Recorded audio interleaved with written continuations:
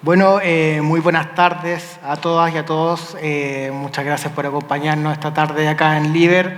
Primero que todo, agradecer a la Embajada de Chile en España y al Ministerio de las Culturas y el Patrimonio de Chile y también a la organización de Liber por hacer posible esta invitación y por hacer posible que Chile sea el país invitado en esta ocasión. Mi nombre es Jorge Núñez, soy editor y gestor cultural y hoy vamos a conversar con dos grandes escritoras chilenas, Ariel Florencia Richards y Victoria Ramírez. Como tienen una trayectoria importante, me voy a remitir a lo que dicen las biografías de sus últimos libros. Ariel Florencia Richards es escritora e investigadora de artes visuales.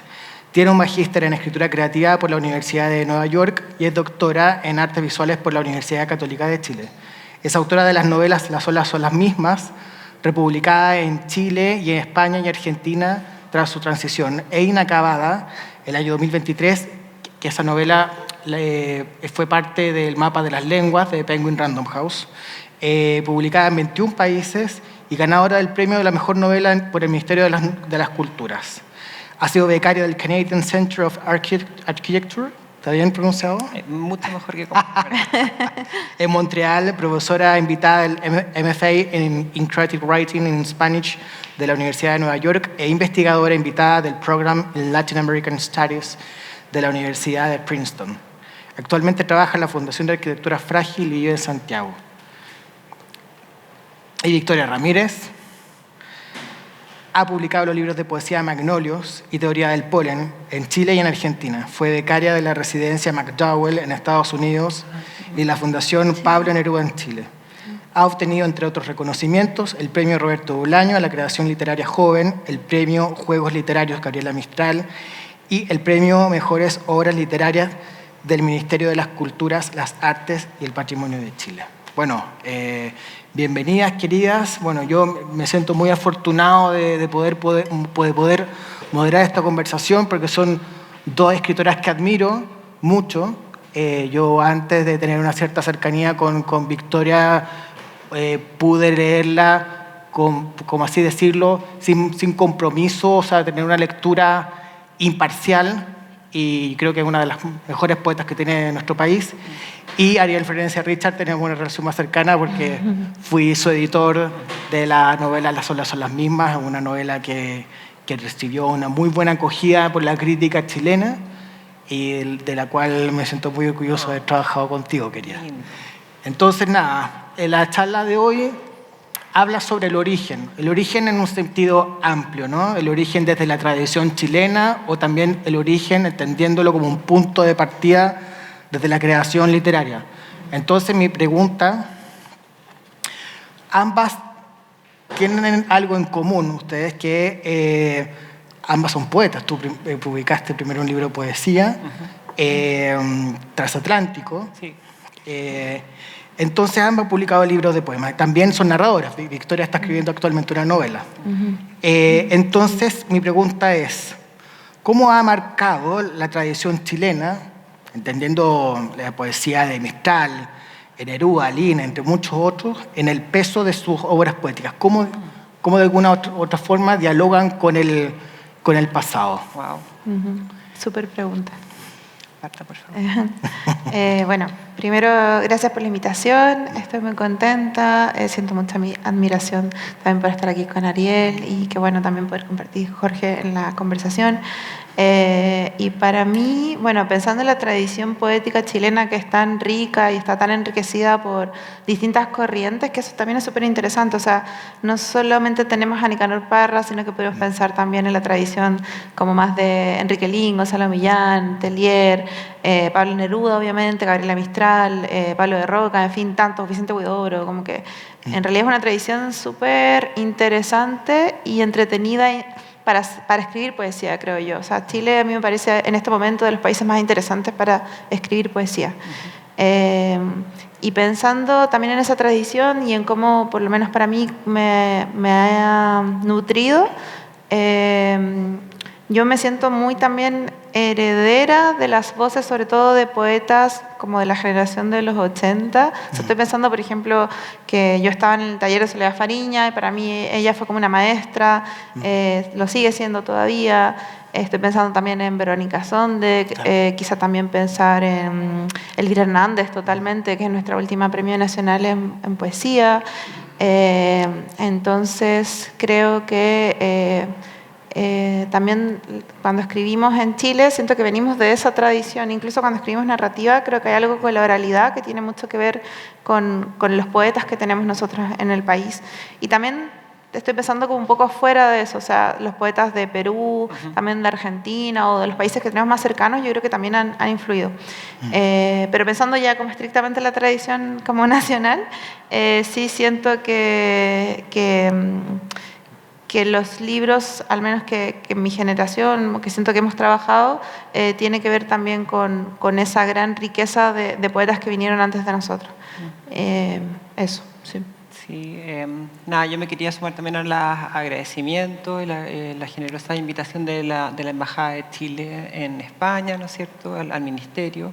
Y también como que estoy muy contenta. Yo soy muy fan y muy lectora de La Victoria, pero tampoco somos tan cercanos, no nos conocemos tanto. Entonces, no nos había tocado, de hecho, en la mesa, que me encanta esto. Sí, es como... Además que, perdóname, pero es muy de regias, estupenda, tomarse en Madrid. No, Sí, o sea, sí. Es verdad, de en hecho. Madrid, pero por supuesto que la he leído, la encuentro un referente absoluto de la poesía chilena, quizás la poeta más importante de su generación para mí, y un honor también estar con mi gran editor, Jorge, a quien quiero mucho y admiro mucho, y es la persona que me abrió las puertas a la literatura. Entonces, nada, estoy muy contenta de esta mesa, en verdad. Yo pensaba que yo soy como muy lectora de la generación de la Victoria, de hecho, entonces como que soy también como... pensaría que recojo la herencia que está incorporada en esta poeta que está aquí al lado mío, de alguna manera, como lectora. No me considero tan escritora de poesía. Lo que sí es como que me interesa mucho, o sea, sí tengo un poemario publicado y como que trabajé con poesía mientras estudié en Nueva York porque tenía muchas profesoras, poetas argentinas, Lila Semboraín y Mariela Dreyfus, poeta peruana, digamos. Entonces como que... Pero a mí lo que me interesaba mucho es cómo se cuenta desde la narrativa el fracaso de la poesía. Y ahí pienso en dos casos. Bueno, pienso en Zambra, que cuenta mucho, Alejandro Zambra tiene mucho esta negociación, digamos, con su propia como hacer poético. Totalmente. A propósito de la narrativa. De hecho, como que mi poema transatlántico surge de un poema que él declara en algún libro de él que no pudo escribir que se llamaba Ahogados Felices. Entonces él dice, yo iba a escribir un poema que se llamaba Ahogados Felices y yo como, si Zambra no puede escribirlo, yo tampoco, pero lo voy a rescatar y por ahí lo escribo. Y lo otro, lo conversábamos con Jorge un poco antes de entrar acá, yo soy muy lectora de Bolaño y la relación que tiene desde la narrativa Bolaño con la poesía, digamos, es como todo su imaginario surge a propósito de la figura del poeta o los poetas, ¿no es cierto? O la poesía chilena, que sería como también una de las víctimas de la... Digamos, lo que pasa en Estrella Distante, ¿no es cierto?, es que la dictadura de alguna manera anularía o subvertiría la existencia de la poesía chilena por una poesía fascista, digamos. Entonces, como que también me interesa mucho en el sentido... Amo que estés escribiendo una novela, o sea, como que me parece una maravilla y la celebro mucho porque creo mucho en esos cruces también. Sí, yo también. Sí. Perfecto. Bueno, ahora una pregunta similar a la primera. Y justamente porque Victoria está escribiendo una novela, es que ahora, además son narradoras, ¿no? Entonces, la semana pasada fui a Barcelona y conversé con un agente literario, con Víctor Hurtado, y me dijo, ustedes los chilenos a la hora de narrar tienen un tema con la respiración. O sea, se les puede leer ese ritmo y esa respiración, ese tono, esa cadencia que es muy propia de los chilenos. Entonces, ¿creen que yo sé lo que me van a responder, pero quiero que lo respondan como ambas son escritoras y grandes escritoras? Es bueno que escuchar estas palabras de ustedes. ¿Creen que la poesía chilena cruza sus narrativas o más bien se sienten parte de una narrativa en donde importa mucho más la estructura, el diálogo, la confección de personajes? ¿Qué pesa más? a la hora de la narrativa. ¿Tú dices cruzar las narrativas en un sentido como de hacer libros más híbridos? Claro, como cómo cruza la poesía en las narrativas de ustedes. Ajá. Ah, ok, Por justamente este tema que me decía Víctor, de que en la narrativa chilena hay una respiración poética. Ajá. Sí, me estaba acordando, la otra vez hablaba con un amigo que traduce del chino, que me decía que su profesor de traducción de chino le había dicho que lo importante de traducir era saber entender la respiración en el idioma. Wow. Entonces a mí me quedó mucho dando vuelta a eso porque siento que los versos justamente son unidades de sentido. Exacto. Que tienen que ver con la respiración de la persona que está escribiendo. Como que cuando una persona es muy acelerada, como que creo que eso igual se nota en los textos. O por ejemplo, cuando una persona, claro, tiene esta cadencia como mucho más pausada. Entonces, creo que esa pregunta por cómo ingresa la poesía en la narrativa, siento que siempre se tiene, sobre todo en un país como el nuestro, cuando es muy común que la gente parta con la poesía y siga con la narrativa, como en el caso de Zambra o en el caso de, en realidad, muchos otros escritores, pero quizás Zambra es bien emblemático porque, claro, él publica mudanzas y luego se hace como este grupo de amigos que después aparecen en Poetas Chilenos, etc. Y después sigue como con una narrativa que igual es bien condensada, que tiene mucho esto como de recorte o de síntesis, de anecdótico también, que igual siento que es algo que podría venir, por ejemplo, de Bolaño también. Entonces, claro, a nivel como ya más general, yo siento que sí ingresa la poesía chilena en la narrativa de diferentes formas. Estaba pensando, de hecho, en El sistema del tacto de Alejandra Costamaña, por ejemplo. Yo creo que igual es un libro que tiene como cierta poesía en la manera de pensar los recuerdos, la memoria, y también porque trabaja justamente con elementos más híbridos como fotografía. Sí, yo siento que Honora Fernández, o estoy pensando como en nuestros quizá como narradores de generaciones, como de la generación de los hijos y posterior, creo que igual queda mucho de la influencia de la poesía. Y en mi propio caso, así como para hablar más a nivel personal, sí me pasa que hoy día estaba pensando eso, que ahora estoy escribiendo poesía muy narrativa, por ejemplo, y digo, wow, se está mezclando las cosas. Como que estaba haciendo un poema, hace poco justo estábamos hablando de que nos había tocado viajar y había ido a China, entonces justo, claro, empecé a escribir un poema sobre China, pero era como un cuento y dije, ay, se me están mezclando las cosas. Pero bueno, es interesante que pasen esas cosas. Y en narrativa creo que por lo menos yo siempre trato de tener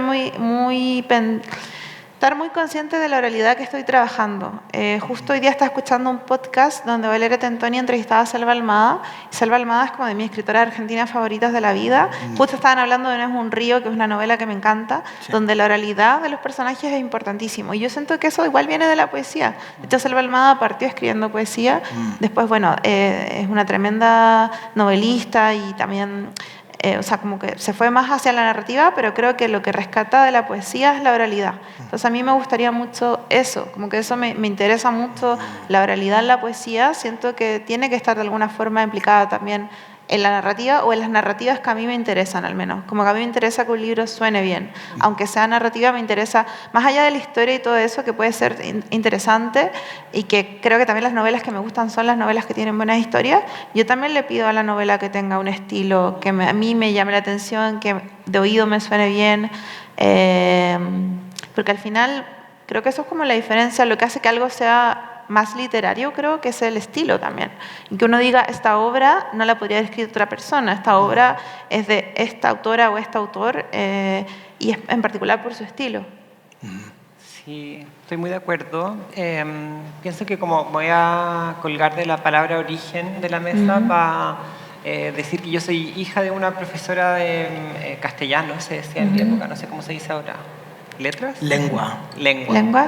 Una profesora de lengua. Y la especialidad de mi mamá era trabajar en colegios de zonas más bien vulnerables, pero en velocidad lectora. Velocidad lectora era como incrementar la velocidad en la que uno leía, ¿no es cierto? Como pasando por una oralidad. O sea, tú te sentabas delante de la profesora a leer rápidamente.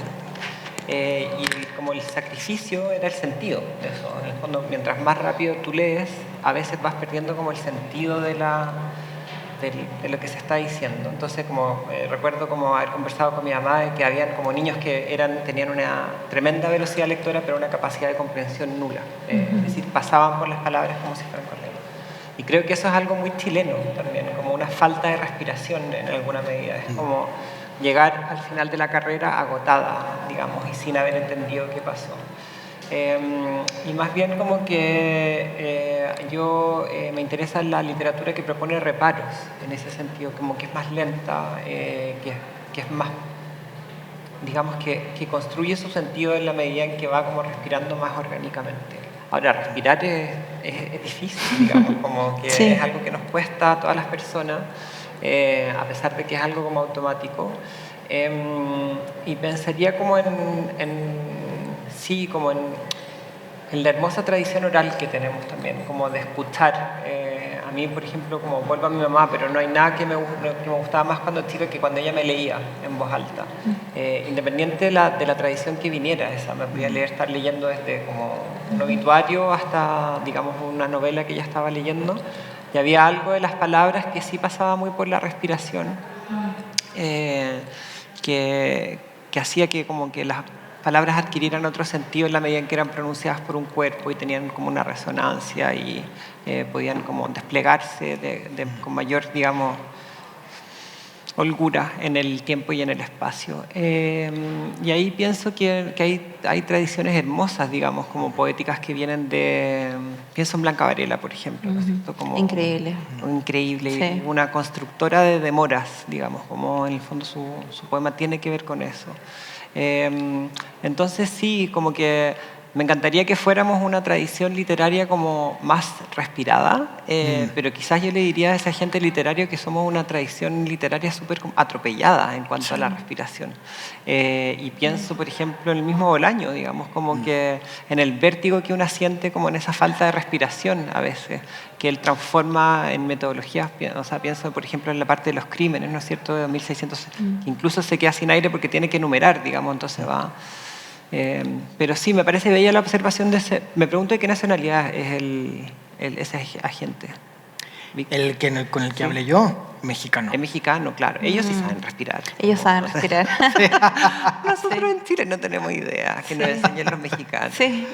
Bueno, antes de hacer la tercera pregunta, voy a hablar brevemente de los últimos libros que han publicado Ariel y Victoria. Ariel Florencia Richards acaba de publicar el libro Gordon Mata Clark, Contra Viejas Superficies, editado por Ediciones Metales Pesados, que tiene distribución acá en España, en algunas librerías, gracias a...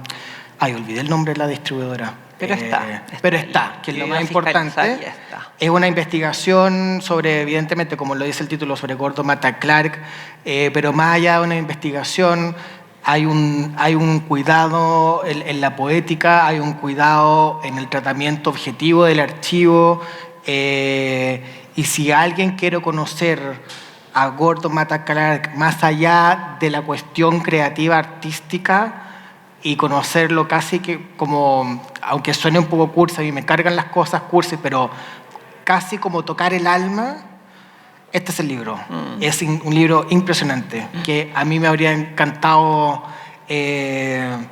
publicarlo. Era la idea, ¿te acordás? En Era algún la momento idea, le íbamos a publicar como pero los libros claro. de Mujer Rota, sí. Y Victoria Ramírez Mancilla publicó Teoría del Polen. Este es la edición de Alastor Editores, una editorial peruana. Este es un libro maravilloso. Últimamente en España se habla mucho de que ciertos libros, en los libros pesa el tema más que el contenido.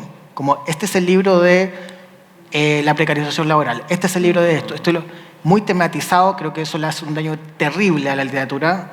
Y además lo fundamental, lo bueno del libro Teoría del Polen, que creo que de los últimos años de la nueva camada de poetas jóvenes de Chile, es un libro que es capaz de ahondar en ciertas cuestiones desde la naturaleza, pero al mismo tiempo ahondando en la naturaleza humana. Total. Y con un cuidado y de una forma muy precisa, ¿no? También con datos, pero esos datos al mismo tiempo se trabajan desde una cuestión poética.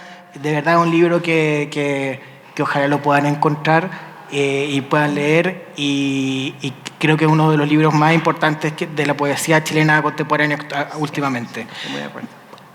Mi pregunta entonces, antes de este pequeño paréntesis, tanto Ariel como Victoria han vivido en el extranjero, han viajado. Bueno, Victoria ahora vive en Barcelona, Ariel actualmente vive en Santiago, pero vivió en Nueva York un tiempo. Entonces mi pregunta es que, al igual que Mistral o Vicente Huidobro, que fueron grandes poetas que vivieron un tiempo en España, en México, ¿cómo cruzan esas experiencias vivenciales en la escritura de ustedes? Wow. ¿Las cruzan o no? ¿O sienten una mayor melancolía de Chile? Yo, por ejemplo, siento una melancolía constante de Chile. Pero no sé si será el caso de ustedes cuando han vivido en el extranjero. Sí. El tema de la melancolía con Chile, claro, a veces es tramposo porque a veces sí me siento melancólica de Chile, pero justo me ha tocado viajar harto, entonces estoy como en esos dos espacios por el momento. Entonces, bueno, la primera pregunta iba enfocada en el fondo hacia cómo eso afecta a nuestra literatura, ¿cierto? Claro. Sí. Sí, yo siento que recién se está empezando un poco a colar, porque como llevo un año acá, está apareciendo mucho el tema de viajar, eso sí. O sea, lo noto ahora en que hace poco tenía que entregar unos poemas para una antología y pensaba, tengo muchos poemas de viaje, que eso antes no me pasaba tanto. Tenía más poemas sobre la familia, o después, claro, como más como sobre, diría, naturaleza, ecología, o como quizá una mirada como más política a la naturaleza, que era algo que trabajé harto tiempo. Y ahora yo creo que sí estoy un poco como en ese estado de pensar mucho como sobre migración, también sobre la distancia, sobre el lugar donde quiero estar, y eso lleva inevitablemente a la identidad. Entonces sí creo que estoy abordando un poco más la identidad desde ese lugar, que es una identidad fluida, obviamente, porque estoy en el fondo como en Chile, pero también acá, y también permeada por lo otro, porque también me siento muy latinoamericana y la literatura que más me interesa está en Latinoamérica. Entonces también me pasa eso, que estoy mirando siempre como hacia lo que se está publicando en Latinoamérica, desde acá. Entonces igual es curioso eso. Entonces sí creo que está afectando lo que estoy escribiendo, pero muy de a poquito, y también estoy relativamente consciente de que eso va a pasar. O sea, también estoy entregada a ese proceso, a que suceda. ¿Y cuál era la segunda pregunta? No, era esa, como un aspecto eran en el fondo como dos preguntas en una, de cómo el vivir en otra parte, cómo te afecta en tu escritura, cómo se toca, pero lo dijiste maravillosamente. Sí, o sea, creo que es eso, que en el fondo me afecta de todas formas, y ya me acordé lo segundo, era sobre también la melancolía, cómo se trabaja la nostalgia de eso. Siento que nosotros también tenemos grandes poetas de la nostalgia. Sí. Estoy pensando en Tellier, como que al tiro ya hay una mirada como nostálgica en relación también a la naturaleza. Pero más que eso, yo creo que me interesa un poco como lo actual, o sea, más que tener nostalgia de lo que ha sido Chile o de lo que ha sido Chile para mí, siento que me interesa más como mi relación ahora con el territorio. Y también creo que eso es es un privilegio enorme poder mirar con distancia, porque van apareciendo otras cosas. Uno de repente, por ejemplo, el sentido del humor, como que me pasa mucho ahora cuando vuelvo a Chile, que digo, ay, que son chistosos. Como que hay mucho humor, hay sentido del humor, se nota hasta desde que uno se baja del avión que se están tirando como las tallas cortas. Es como algo muy cotidiano, que creo que me gusta mucho. O sea, ahora cuando salió el Tiny Desk de 31 minutos, Sí, total. yo dije como, ¿por qué nos gusta tanto 31 minutos? Porque es igual muy de nosotros, tiene mucho sentido del humor, al mismo tiempo igual es político. Exacto. Entonces creo que llega a un punto muy interesante. Entonces, bueno, como para ir cerrando mi respuesta, me pasa eso, que siento que me interesa mirar el territorio ahora con esta distancia y que aparezcan otras cosas. Para mí ha sido muy estimulante estar lejos porque tengo más distancia para poder mirar y para entender también de dónde vengo. Sí, yo pensaba también que puede ocurrir de la otra manera. O sea, por ejemplo, como que yo me pillaba así después de haber vuelto de Nueva York, como recordando cómo corría el viento por unos pasajes de Manhattan, por ejemplo, y preguntándome por qué esa imagen volvía cuando yo, en el fondo, cuando no eran unas imágenes asociadas a una emoción, sino que más bien a una impresión, como que una ventolera, digamos, en un pasaje adoquinado de Manhattan que era bastante recurrente de ver cuando una salía después de clases, por ejemplo, en la universidad. Entonces, como que me preguntaba también si es que eso era nostalgia o melancolía o como a qué volvían esas imágenes o qué estaban reclamando.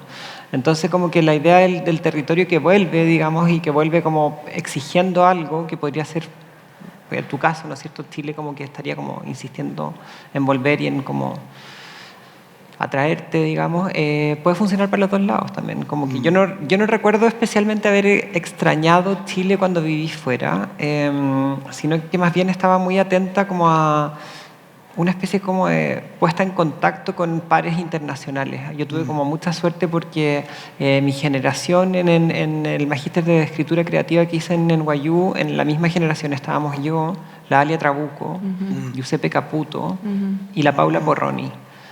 Y teníamos de profesora a Sergio Chafek. Entonces era como una constelación, digamos, como impresionante. Sí. Y como que yo me nutrí mucho de esos saberes, como, o sea, aprendí un montón de los argentinos, de los colombianos, de la Gloria Susana Esquivel, de los cubanos, digamos. Entonces como que tampoco estaba echando de menos Chile.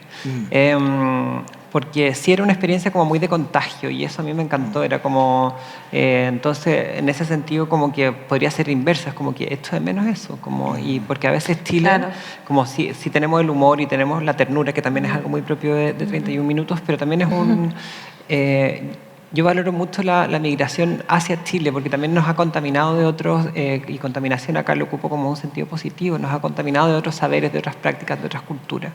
Pero a veces Chile puede ser una cosita chiquitita. Entonces, nada, como que yo no soy nostálgica ni melancólica de Chile. En ese sentido, pero sí mis experiencias en el extranjero han nutrido mucho las olas son las mismas, inacabada, pasan en Nueva York. Gordon Matta Clark, a pesar de que es una investigación de 4 años, está escenificada en Montreal, que es donde yo pasé también como un semestre estudiando. Entonces, son definitivamente como marcas, digamos. Ahora, tengo un amigo que es el que vive acá, este amigo chileno que vive en Madrid, que me dice, por favor, no escribas más del extranjero. Era como que basta.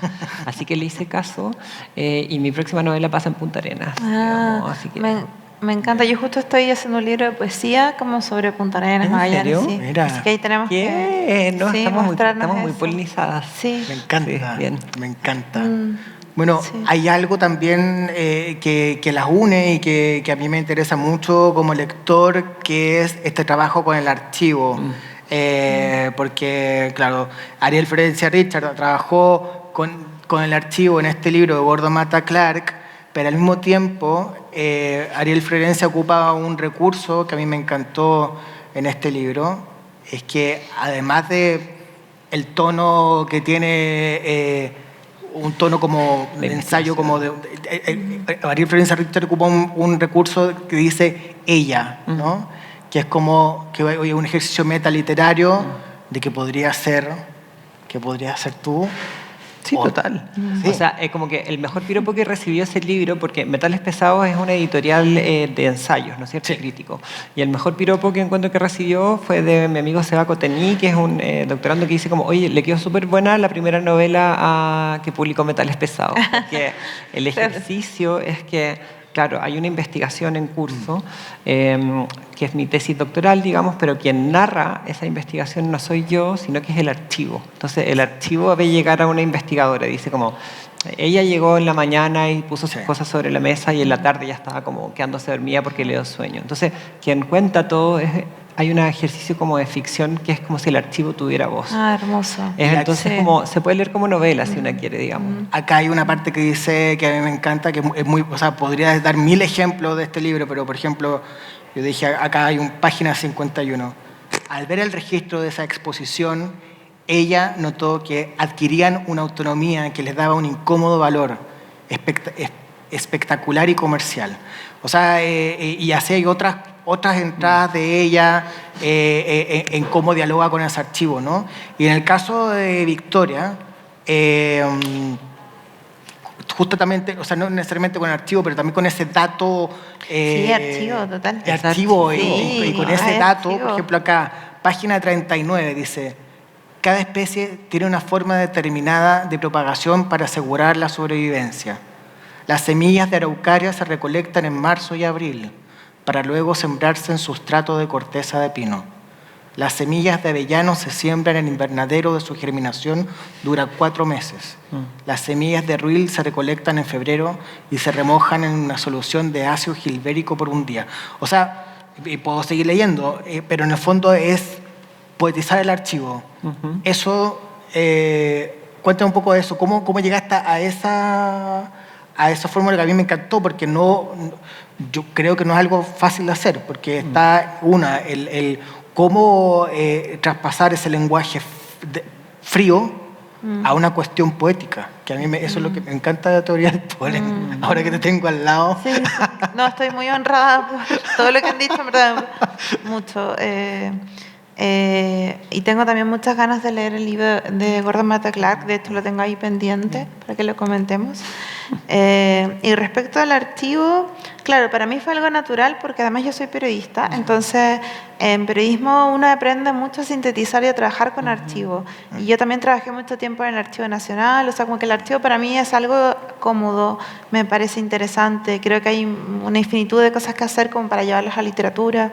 Y también he trabajado en divulgación científica, entonces no fue tan raro en realidad como llegar a esa fórmula para mí. Me pasó que había leído una japonesa que se llama Ryokyo Sekiguchi, que a todo esto tiene un ensayo sobre la voz increíble, que me hace mucho sentido con lo que hablábamos de la voz, como la voz de tu madre. Y Ryokyo Sekiguchi tenía algunas reflexiones sobre plantas, pero en prosa. Yo pensé, yo quiero hacer algo que tenga que ver como una especie de tratado sobre plantas, y había estado leyendo harto sobre inteligencia vegetal. Y justo pasó que en Chile vi Estado Vegetal de Manuela Infante, que es una dramaturga chilena increíble, y ahí aparece, claro, los nombres de Stefano Mancuso, Michael Marder, que son filósofos que se acercan hacia lo vegetal, pero también desde lo político, y siento que sobre todo desde un pensamiento filosófico que lo relaciona a lo humano, que eso me parece súper interesante y que, bueno, que ahora está súper en relieve con lo poshumano en general como temática, o como este momento global que vivimos también. Entonces, claro, creo que de ahí también venía eso de trabajar con archivos, y todo esto también yo creo que hay coincidencias que son como felices coincidencias, y me pasó que llegué a un libro antiguo que había hecho en la Universidad Austral con el Jardín Botánico de Edimburgo, que es como un catálogo de plantas que están en peligro de extinción en el centro-sur de Chile. Mira. Entonces yo dije, ya, todas las plantas que aparezcan en este libro van a estar en peligro de extinción, es como la idea. Entonces las listas que aparecen son listas de plantas que están en peligro de extinción en Chile. Entonces, claro, para mí el archivo abrió muchas cosas. Empecé también a pensar como desde el archivo también uno puede... bueno, también yo creo que hay un poco inspirada por la poesía documental. O sea, en Chile, por ejemplo, está Carlos Soto Román, Jaime Pinos. Bueno, ahora estoy pensando como más contemporáneamente en Antígona González, por ejemplo, Sara Uribe. Y perdona que te interrumpa, tú trabajaste, además hablando de poesía documental, con unos documentos de la dictadura. Sí, estoy claro, estoy haciendo un libro que es de poesía documental, que son con las actas de la Junta de Gobierno de 1973. Entonces son las 60 actas que la Junta de Gobierno hizo del 73, son desde septiembre hasta diciembre, y se liberaron por la biblioteca del Congreso Nacional en 2016. Sí. Entonces yo llego a ese archivo ayudando a una profesora que estaba investigando el caso Penta. Nada que ver, que en Chile el caso Penta es como de los casos más escandalosos de políticos, empresarios, etc. Entonces, claro, llego investigando algo muy particular, que era cómo... no sé si me estoy desviando mucho el tema, pero cómo durante la dictadura se habían cedido empresas estatales a muy bajo costo a empresarios que eran afines a Pinochet. Entonces llego investigando eso y de repente me encuentro con todo esto y es como, esto se tiene que conocer, pensaba. Entonces, claro, por ahí llego a la poesía documental y sí me interesa mucho la poesía documental. Entonces yo creo que este libro sí está contaminado, para seguir con la palabra, como por esa incursión en la poesía documental. Pero luego también me pasaba que el libro tenía que tener algo más lírico, porque pensaba, no puede ser solo información seca. Y ahí entra, yo creo que la poesía más como lírica, más de verso hacia abajo, verso libre, que también es algo que me gusta mucho. Entonces, bueno, para no alargarme, creo que por ahí esa sería como mi relación con el archivo, al menos en ese libro. Y también la idea de canon, una podría pensar que está como muy presente en ese libro, o sea, como lo que se ha pensado sobre la naturaleza y lo que han pensado, digamos, biólogos, pensadores, ¿no es cierto? Darwin, que está también metido Darwin, ahí. totalmente. O sea, como que, y me parece que lo interesante de teoría del polen es que también subvierte ese conocimiento, como dice Jorge, como que lo desplaza de una cuestión científica concreta a una posibilidad mucho más expansiva, extraña, queer, incluso me atrevería a decir, como que tiene algo muy de ecología queer para mí, en algún punto de vista. Sobre todo porque la cuestión del género está como en entredicho, ¿no es cierto? Está como siendo cuestionada. Sí. Entonces también ese trabajo de archivo no es simplemente como una amplificación del archivo, sino que también es como una inversión o pasa por un prisma muy interesante que es transformador en el caso de ese libro, lo digo como lectora. Sí, estaba pensando algo como muy, muy pequeño, pero estaba pensando que, claro, como que las plantas de alguna forma no tienen, o sea, hay plantas que son hermafroditas y se polinizan a sí mismas, y eso a mí me parece increíble. O si uno piensa como en el micelio, como ya pensando en los hongos, como que va más allá del género. Y esa forma contemporánea de pensar no binaria me parece más interesante y más acorde con el 2025 que como formas 100%, antiguas. 100%. Sí. Y está muy ahí. Sí. Ahí quiero decir. Bueno, una cuestión que está pasando actualmente, creo que en el debate del periodismo cultural español, es que hay una tematización de las obras, ¿no? En lo que no sé si lo dije acá o lo dije en otra, ya. De cómo finalmente hay una cuestión encasilladora en la hora de catalogar, ¿no? Casi de ordenar, casi de apelar a un público determinado o una escritura determinada. Entonces mi pregunta es, ¿cómo se relacionan ustedes con eso? Porque hay gente que tiene una visión muy unidimensional de cuestiones porque alguien podría decir de manera muy limitada, este es un libro sobre las plantas, cuando no es un libro de las plantas. Sí. Claro. ¿No? Y lo mismo acá con el libro de Corto Mata Clark. No, esta es la biografía de Mata Clark, cuando no es solamente eso. Claro. Entonces, ¿ustedes piensan en eso anteriormente? ¿Se preparan para esa como posible tematización de la obra? Sí, como que creo que esa tematización es muy propia del mercado, digamos, como que no sé si tiene que ver con la práctica de la escritura, tiene que ver con lo que viene después, con la publicación y la circulación del libro. En mi caso, como que yo me di cuenta de eso, como no con ustedes, porque cuando publiqué con los libros de La Mujer Rota, su circulación fue como muy poco catalogada, y esto lo digo como en un muy buen sentido. Pero cuando publiqué Inacabada, que es en una transnacional, digamos, era la novela trans. ¿Ya? Entonces, claro. Y Volpi la lee así, de hecho, como que la gran reseña que tiene esa novela sale en El País y se llama como Inacabada, la gran novela trans. Y es como, uy, como, gracias Jorge, pero también me está ahí como encasillando, entonces como que eso es un peligro, pero es un peligro que tiene cosas positivas y negativas, digamos, entonces evidentemente que no es solo eso, pero sí es eso también a la vez. Entonces, por ejemplo, uno de los primeros viajes que tuve con la novela fue como a la Feria del Libro en Buenos Aires, entonces como que yo estaba en la mesa de género, donde se estaba discutiendo el género, súper interesante, pero en la mesa al lado se estaba discutiendo el poder político de la literatura.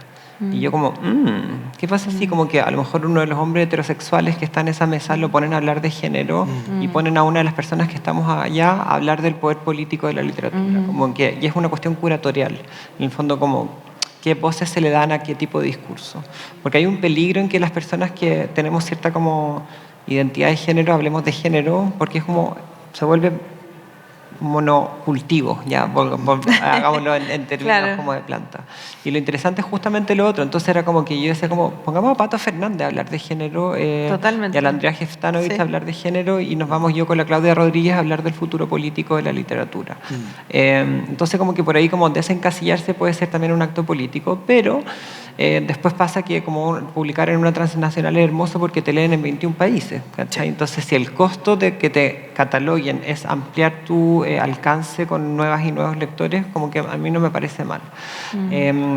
Pero, por ejemplo, me encanta esta mesa, porque es una mesa como híbrida y abstracta, pero después como muy atingente, o sea, como la relación de mi escritura con la relación de la Victoria es una relación que como que para mí es muy virtuosa como cuando se conversa y como que vuelvo a pensar sobre mi trabajo y trabajo en la Victoria. Entonces, por ahí soy como anti-etiquetas, pero si las ponen, digamos, como igual somos ganados en algún nivel.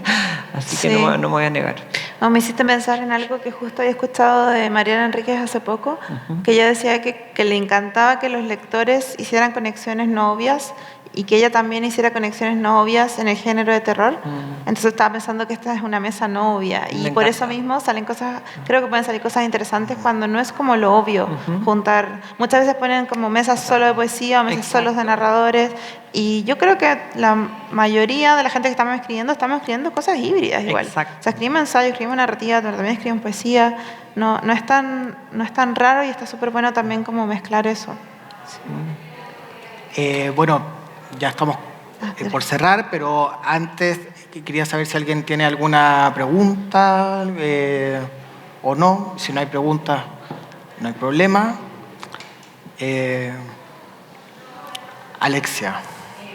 Bueno, un placer. ¿Ustedes cómo han vivido fuera? A mí me entra la duda, ¿no? Y también como dicen esto del encasillamiento, que él también en una mesa hablaba como de, esperan que escribamos tal cosa cuando hablamos de tal herencia, ¿no?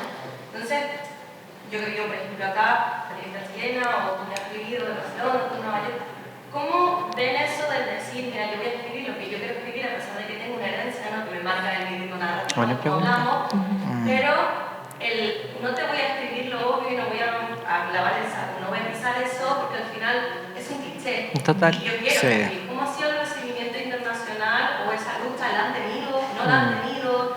¿Han tenido que salir a defender, decir, esta es mi escritura y no la escritura de Chile también? Qué buena pregunta. Sí.